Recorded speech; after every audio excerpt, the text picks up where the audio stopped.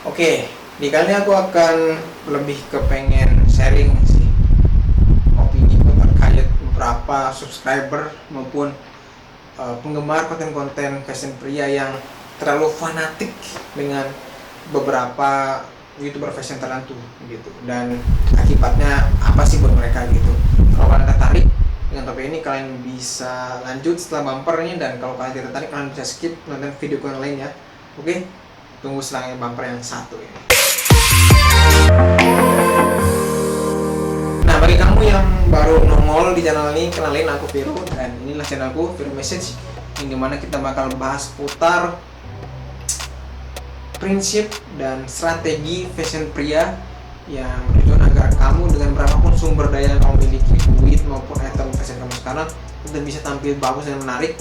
Sehingga buat kamu yang suka atau pengen nyari dengan konten-konten seputar tips outfit maupun contoh OTD dari channel ini, ya sorry to say gitu, this channel is not for you maybe gitu, dan kalian bisa cari channel lain lah gitu kasarannya. Dan setelah itu kita langsung bahas ke inti pembahasannya.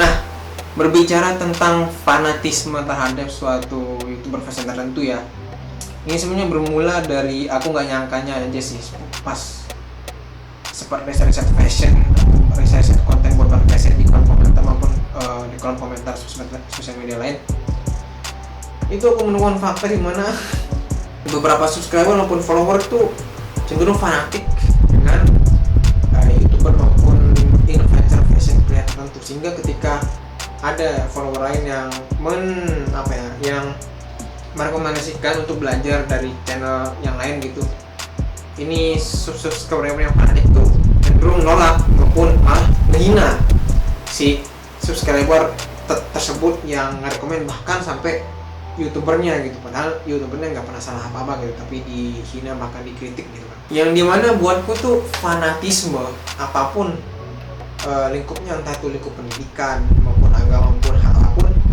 tetap bisa membuat seseorang itu tertutup dari yang namanya pencerahan ataupun peluang, maupun dalam konsep agama Islam itu rezeki gitu. Rezeki di sini bisa berupa peluang, informasi maupun sudut pandang baru gitu, yang dapat merubah hidup mereka gitu. Nah, khusus dalam hal fashion, jika seseorang atau misalkan siapalah itu hanya fanatik dan tidak mau atau berjijik dengan aliran atau mungkin youtuber fashion lain, misalkan gara-gara nonton youtuber yang alirannya itu smart casual formal, terus ngeliat youtuber yang fashion yang alirannya tuh street style, gaya sporty yang oversize, itu bakal dihina habis-habisan karena nggak sesuai dengan prinsip youtuber yang smart casual formal, di mana baju oversize atau bag itu very dihindari banget gitu. Nah, itu sih menurutku salah satu yang untuk fanatisme gitu. Walau emang aku sendiri juga sebenarnya lebih ke youtuber fashion dengan aliran yang lebih ke smart casual formal gitu, yang merekomendasikan baju-baju yang fit gitu, nggak baju-baju oversize gitu, yang kayak kalau yang mirip dengan aku tuh kayak channelnya YouTube-nya Bang Wesley Wong, pasti kalian kenal lah, yang satu ini gitu, sama Bang Kevin Sinarli lah. Itu kan smart casual formal banget tuh, yang dimana emang item-item smart casual tuh item-item yang timeless ya. Timeless itu maksudnya yang item-item yang tidak lekat oleh waktu, tidak terpengaruh trendy gitu, dia tetap ada sejak zaman industri gitu sampai akhirnya zaman sekarang. Dan aku pernah bahas lagi seputar fashion timeless, dan kalau kalian tertarik topik seputar fashion timeless itu apa, nah ini sini ada di sini gitu.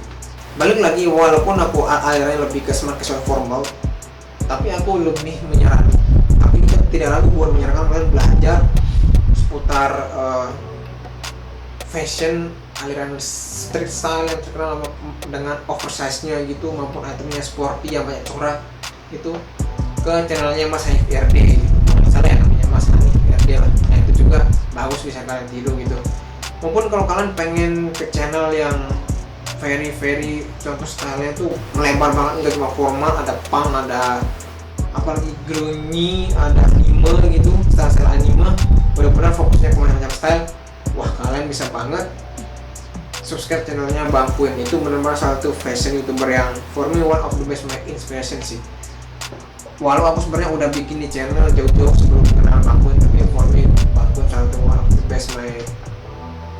inspiration lah soal fashion pria gitu. Selain ngerekomen nonton film dari Bang Hanif Ferry, kalian juga bisa kok sebenarnya lihat contoh beberapa style pria yang aku rekomendasikan di hari ke-15 kalau saya di playlistku di 30 hari menjadi percaya diri lewat fashion di sini ya. Kalau sudah tayang gitu.